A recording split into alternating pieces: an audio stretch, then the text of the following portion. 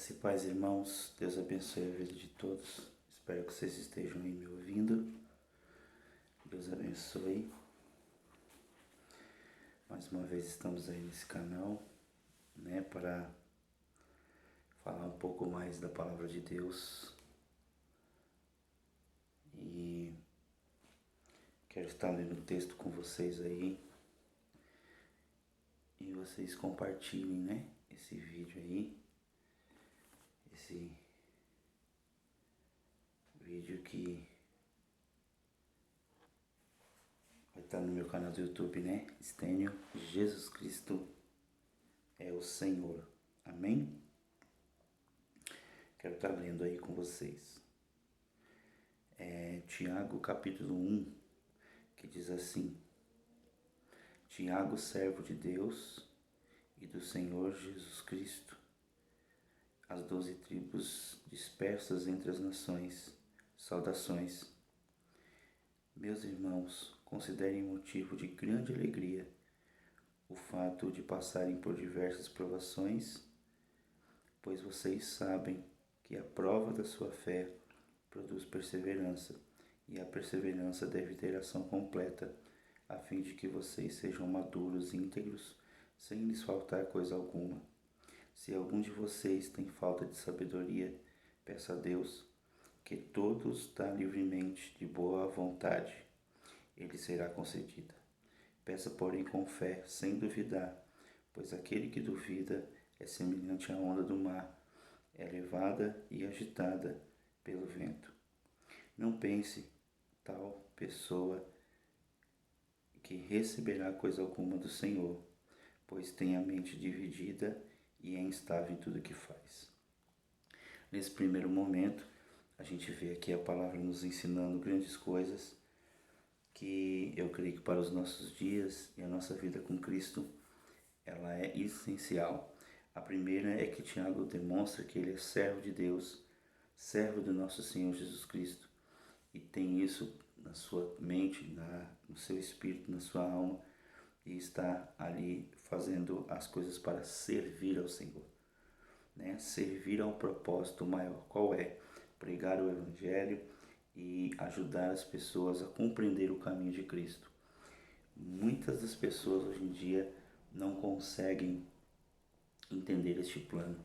Estão muitas vezes dentro de uma denominação, dentro das suas reuniões na igreja, simplesmente para receber algo de Deus, e não entendendo e buscando um propósito a qual o Senhor nos chamou, que é viver esse Evangelho. Muitas delas, nos momentos de dificuldades, de provação, desistem da fé, e muitas vezes ainda culpa a Deus, Isso é interessante. E não é diferente com esses irmãos. Nós vemos aqui que as tribos nesse momento, o povo de Israel está disperso, devido à perseguição. Então Tiago manda essa carta, para incentivar e ao mesmo tempo trazer a esse povo o entendimento de que provações, na nossa vida, ela sempre irá acontecer, diversos tipos de provações, e que nós devemos perseverar, e que a nossa fé produz essa perseverança, perseverança que deve ter a sua ação completa. Que ação completa? O versículo 2 e 3 deixa bem claro que ação completa é essa, Aliás, o versículo 4 também fala, é ação completa ao ponto de eu não sentir falta de alguma coisa terrena, mesmo que eu não tenha tudo. Essa ação, ela deve ser completa ao ponto de eu não sentir falta de coisa alguma. A presença de Deus, o poder de Deus, ele é soberano, ele é, na minha vida, autossuficiente ao ponto de, mesmo que eu estiver passando por uma dificuldade, não sentirei falta alguma, porque a presença de Deus me dará força, me dará vigor, vai revigorar a minha caminhada dia após dia através do Espírito Santo. Mas se no meio desse caminho, as minhas dúvidas como ser humano, a minha falta de fé talvez, ou né, uma fraqueza espiritual, algo que acontece no dia a dia, né, que o inimigo pode usar para me desestimular, para me dispersar, né? Eu devo então orar a Deus e pedir sabedoria, né? E pedir que Ele dá livremente àquele que pede, né? E é interessante aqui, ele diz assim, livremente dá de boa vontade, né? E será concedida, lógico. Salomão é um grande exemplo que pediu sabedoria para liderar o povo. Não pediu sabedoria para querer se sobressair as pessoas, ser melhor do que as pessoas, não. Pediu sabedoria com a ideia de saber julgar, né, as coisas para o povo, né? Então pediu sabedoria com a intenção verdadeira, com uma intenção boa. Lógico que isso aqui se aplica a esse texto. Quando se diz pedir a sabedoria, né, sem nenhuma dúvida,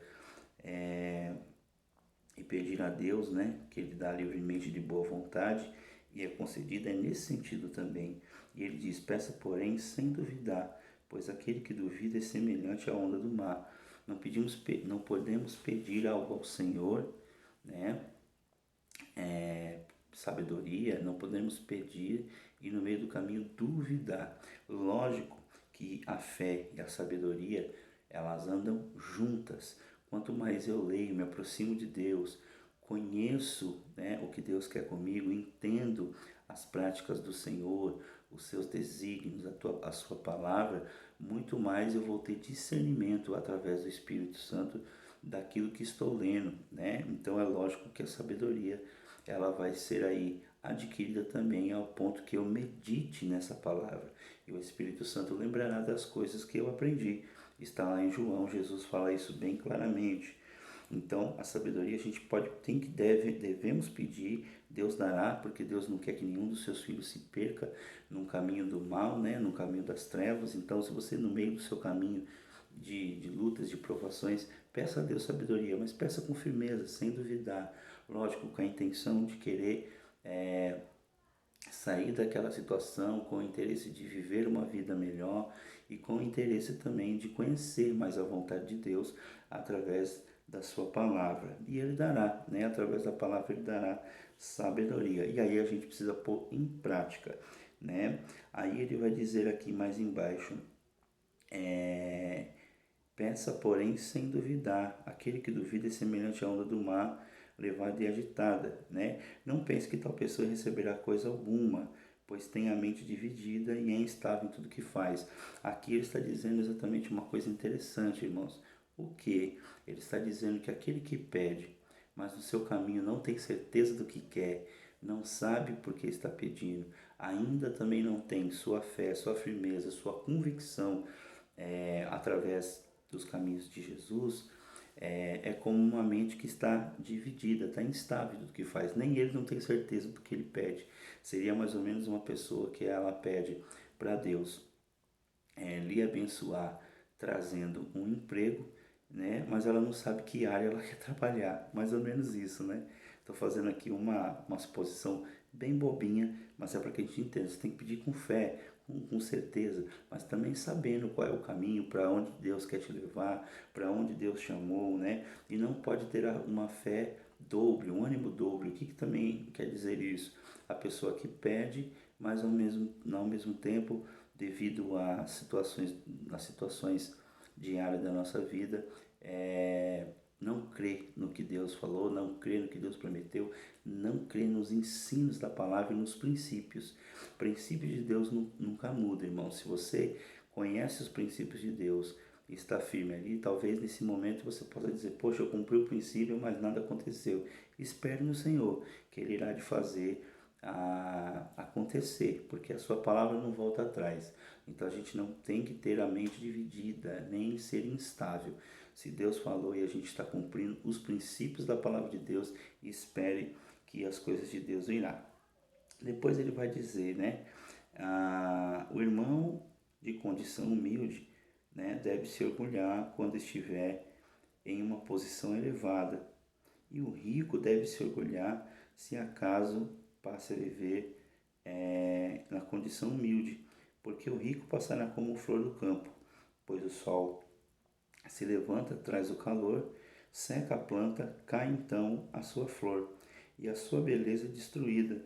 Da mesma forma, o rico murchará em meio aos seus afazeres.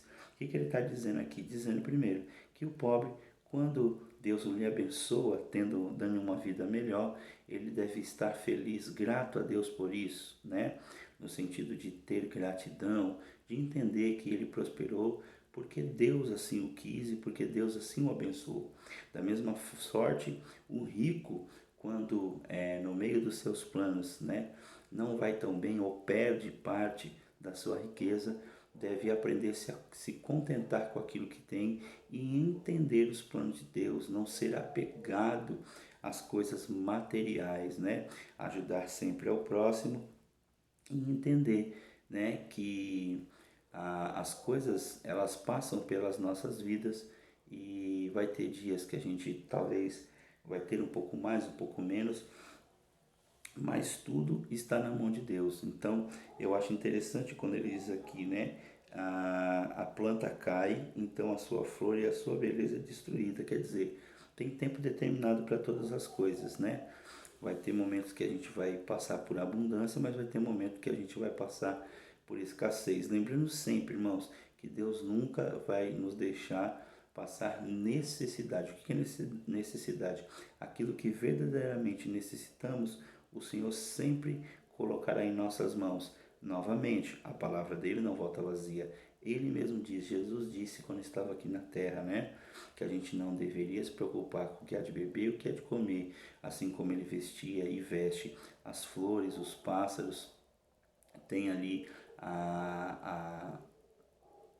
as suas necessidades atendidas, assim será o Pai que está no céu, né? Nos dará tudo aquilo que necessitamos e dará coisas boas, né? Coisas que realmente nós precisamos. Lógico que a gente tem que saber dividir o que é supérfluo e o que é necessidade. Lógico que nosso Deus, ele sempre nos provê coisas até mesmo que muitas vezes nem é necessária, mas a gente precisa estar firmado nos princípios do reino, buscar aí primeiro o reino do céu e a sua justiça, e as demais coisas serão acrescentadas.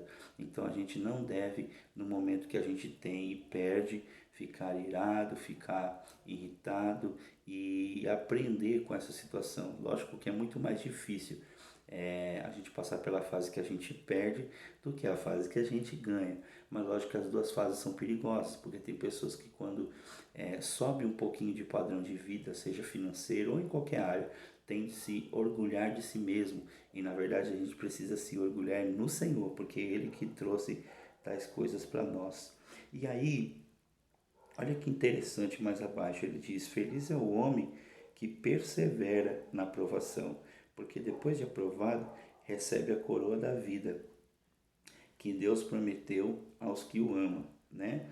E aí, o que ele está dizendo da coroa da vida aqui? Ele está falando, meus irmãos, da salvação. E isso nos remete a uma coisa interessante, que tem aqui uma ligação com os primeiros versos, que ele vai dizer aqui, né? O verso 1, 2. Meus irmãos, considerem motivo de grande alegria o fato de passarem por diversas provações. Então ele está dizendo para mim e para você que todos os dias, a todo momento, a toda hora a gente vai passar por uma provação, mas lá na frente haverá outra. Jesus disse, nesse mundo terás aflições, né? Mas eu venci o mundo e você também em mim pode vencer, né? Então o que ele está dizendo?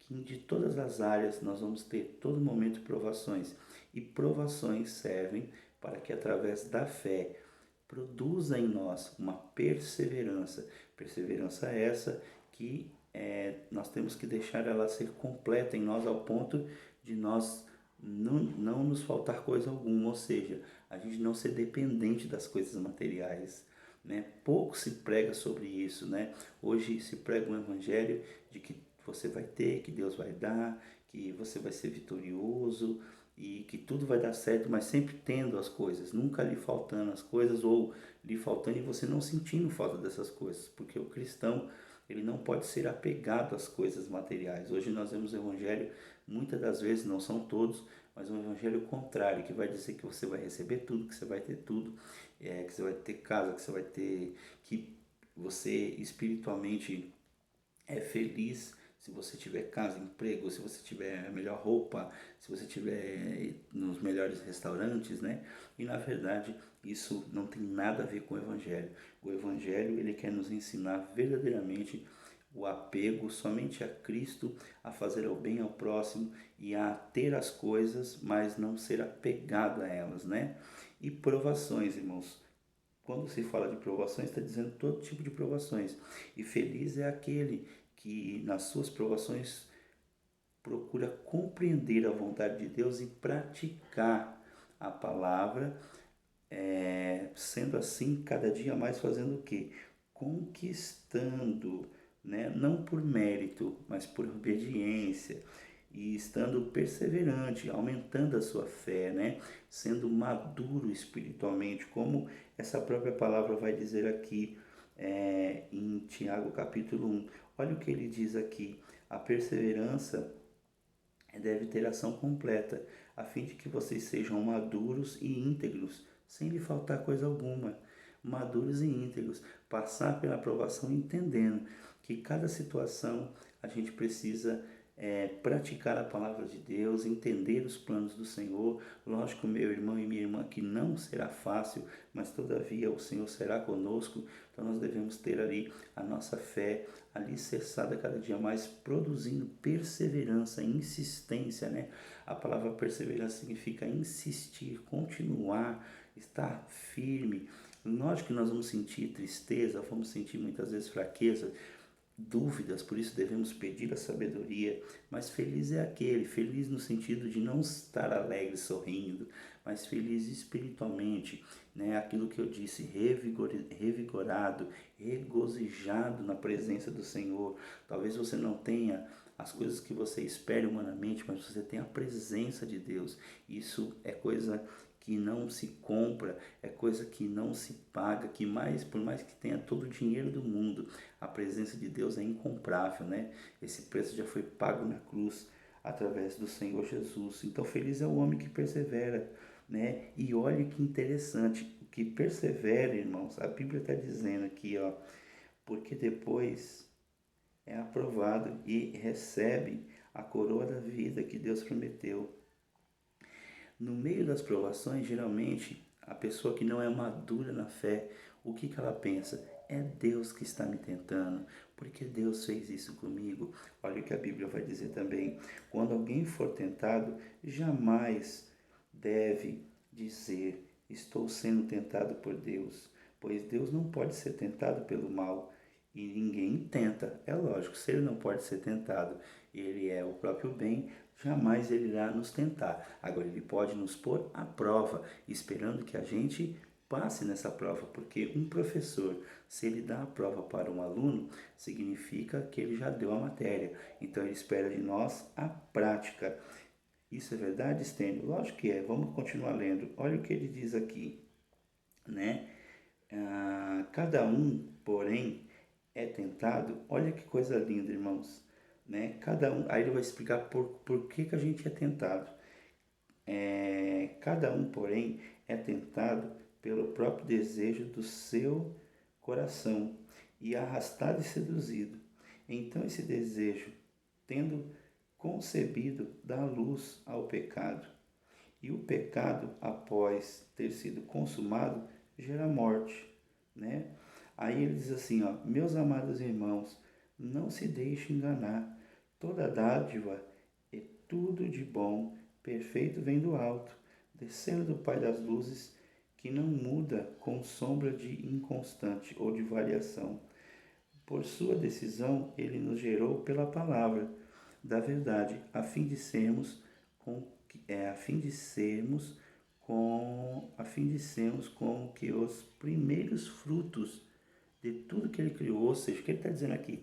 Que ele nos criou, né, para dar, estar junto com ele, irmãos, no paraíso, né, junto com ele. Ele criou todas as coisas para que a gente tivesse domínio sobre as coisas. No paraíso ele criou para nós. E o que ele quer dizer também aqui, quando ele vai dizer sobre os desejos, né? E dar à luz a essa vontade. Da onde vêm as tentações, né? Dos nossos desejos. Desejos que muitas vezes não é segundo a vontade de Deus. A cobiça, a inveja, né? A malícia, querer ter o que o outro tem. E isso dá luz, né, a um sentimento que não é segundo a vontade de Deus. E a gente dando vazão a esses sentimentos, vai acontecer que a gente vai entrar num momento de pecado. O que é um momento de pecado? Onde a gente dá vazão a esses sentimentos, a gente não busca a presença de Deus e praticar a sabedoria, então a gente se consome nesses desejos ao ponto de começar em tudo que a gente pensa ao desejar, querer a todo custo, passando às vezes até muitas vezes por cima do próximo, né? E isso vai cometer pecado, isso vai trazer a morte. Que morte? A morte espiritual, porque aí eu vou estar ali rompendo um princípio que Jesus nos ensina e que os próprios mandamentos também lá atrás Deus já ensina, né? Amar ao próximo como a ti mesmo, não dar falso testemunho, não cobiçar o que é do próximo, né? Então são as coisas que Deus já nos ensinou lá atrás e Jesus nos ensina, e Tiago aqui está fazendo menção sobre isso.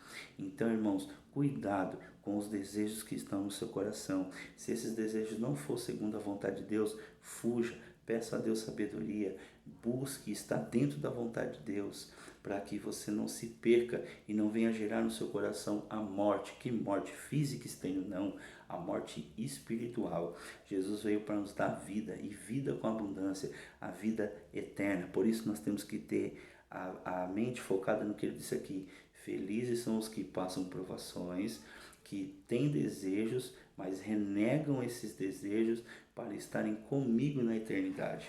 Essa é a verdadeira vontade e fonte que nós devemos buscar no Senhor Jesus. E aí ele termina dizendo assim: o que eu disse aqui, ó, é a prática, meus irmãos. Não adianta achar que pedir sabedoria, Deus fala, você ouve, mas aí o que ele pede você não faz. Aí não vai adiantar nada. E ele vai dar agora um exemplo bem prático. Meus amados irmãos, tenham isto em sua mente. Sejam prontos para ouvir e tardio para falar e para irar-se, pois a ira do homem não produz justiça. Olha que interessante. Portanto, livre-se de toda impureza, né, de toda maldade que prevalece, e aceitem com humildade a palavra implantada em vocês, a qual é poderosa para salvá-lo. Sejam praticantes da palavra e não ouvintes, enganando a si mesmo. Aquele que ouve a palavra, mas não põe em prática, é semelhante ao homem que olha a sua face no espelho e depois de olhar para si mesmo, sai e logo esquece a sua aparência. Mas o homem que observa atentamente a lei perfeita, que traz liberdade, e persevera, irmãos, na prática dessa lei, não esquecendo o que ouviu, mas praticando, será feliz em tudo que for fazer, né? Será feliz, será aqui próspero naquilo que for fazer. Se alguém considera-se religioso e não refreia sua língua, engana-se a si mesmo. Sua religião não tem valor algum. A religião que Deus, o nosso Pai, aceita por imaculada é estar cuidando dos órfãos e viúvas e as suas dificuldades, não se deixando corromper por esse mundo. Eu acho que aqui, né, a gente pode terminar essa palavra entendendo isso aqui muito bem, só fazendo uma pequena reflexão. A verdadeira religião é aquela que cuida do próximo, que ama o próximo, que não deixa os seus desejos, que não são segundo a vontade de Deus, mas segundo a vontade do mundo, né? A verdadeira religião é aquela que não se contamina, não se corrompe com as coisas do mundo. Então, o verdadeiro cristão, ele tem uma vida totalmente contrária às coisas do mundo. Então, se uma pessoa que está no mundo, ela deseja o que é do outro, né, ao ponto de mentir, enganar, cobiçar, roubar, né, ter inveja, essa pessoa não está em Deus. Se esses sentimentos estão na sua vida, a Bíblia nos ensina, fuja, como está escrito aqui, né, bem claramente, né, ele diz aqui, olha, aqui, ó, Aquele que não põe a palavra em prática é semelhante ao homem, aqui ó, cadê? Ó, no verso 20, pois a ira do homem não produz a justiça de Deus. 21, portanto, livrem-se de toda impureza, né, de toda impureza imoral e de maldade que prevalece, e aceite com humildade a palavra implantada em vocês, que é poderosa para salvar. O que ele está dizendo? Se esses pensamentos, esse sentimento vem à sua mente, vem o desejo do seu coração, livre-se disso, fazendo o quê? Dando vazão à palavra que está sendo agora implantada sobre a sua vida. Que palavra? Jesus é o caminho, é a vida, Ele quer te salvar, Ele quer te abençoar, Ele tem poder para nos transformar através da palavra. Agora basta eu e você praticarmos. Ele está falando de um momento de decisão. A Bíblia também diz, resisti ao diabo e ele fugirá de vós. Ou seja, se eu, nas minhas orações, na minha firmeza com Jesus, no momento de sentimentos ou pensamentos que não provêm de Deus, eu orar, confessar com todo o coração, dizendo, Senhor, eu estou com desejo no meu coração que não provém de Ti. Senhor, eu não quero isso sobre a minha vida. Eu estou resistindo a Satanás, eu estou pondo em prática a palavra, né? Não estou sendo como um homem que olha a sua imagem diante do espelho e daqui a pouco esquece essa imagem. A palavra de Deus não é para você ouvir, se empolgar e não praticar. Por isso ele fala da fé e da perseverança, e que a fé verdadeira vai produzir perseverança, e a perseverança vai produzir em nós maturidade espiritual, para que mesmo que a gente não tenha tudo nesse mundo, nada nos dará, nada fará com que a gente sinta falta, porque a presença de Deus estará em nós operando, né? Operando, lógico, como eu disse, Deus não vai deixar que falte as coisas necessárias para nós, né? Mas as coisas que às vezes é superficial, talvez Ele até corte de nós para que a gente aprenda a crescer espiritualmente, a ser maduros, né? A não depender das coisas humanas. E fazendo isso, praticando a palavra de Deus, a Bíblia também diz, né, que se a gente for praticantes, né, e atentar para essa lei, o que vai acontecer? O homem será feliz naquilo que vou fazer, será bem sucedido. O que é bem sucedido? Terá sucesso, né? O que é sucesso? É Deus atender tudo que eu quero? Não, irmãos. Ser bem sucedido é ser segundo a vontade de Deus, próspero naquilo que Ele quer que a gente venha fazer, naquilo que Ele quer que a gente venha se aplicar. Nós teremos sucesso segundo a vontade de Deus, porque estaremos sendo dirigidos pela mão do Senhor.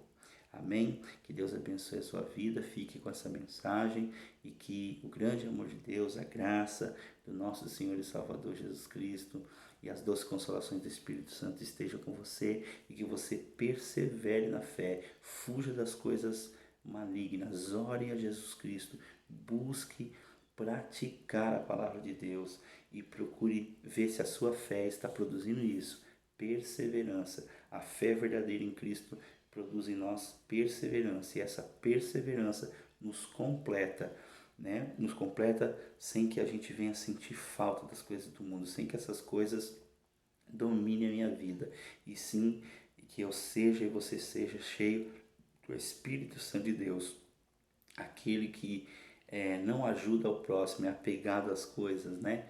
Aquele que muitas vezes tem para ajudar e não ajuda, né? Não só no sentido de dar o dinheiro, de dar comida, mas em todo sentido. Não está vivendo uma verdadeira religião. Aquele que pensa somente em ter para ti, não consegue dividir, ou não tendo condições, aí a gente entende. E realmente Jesus vai entender se você não tem condições para ajudar, mas talvez você não tenha condições para ajudar de maneira física, mas tem de maneira espiritual, dando uma palavra, abraçando o amigo, pregando o evangelho, mas aquele que tem também não pode ser apegado às coisas. Essa é a igreja verdadeira. E, como disse ali também, não se corrompendo com as coisas do mundo, vaidade, inveja, cobiça, né? Idolatria, todas essas coisas é a verdadeira religião. Então que a gente venha estar firme em Cristo e você receba essa palavra em nome de Jesus.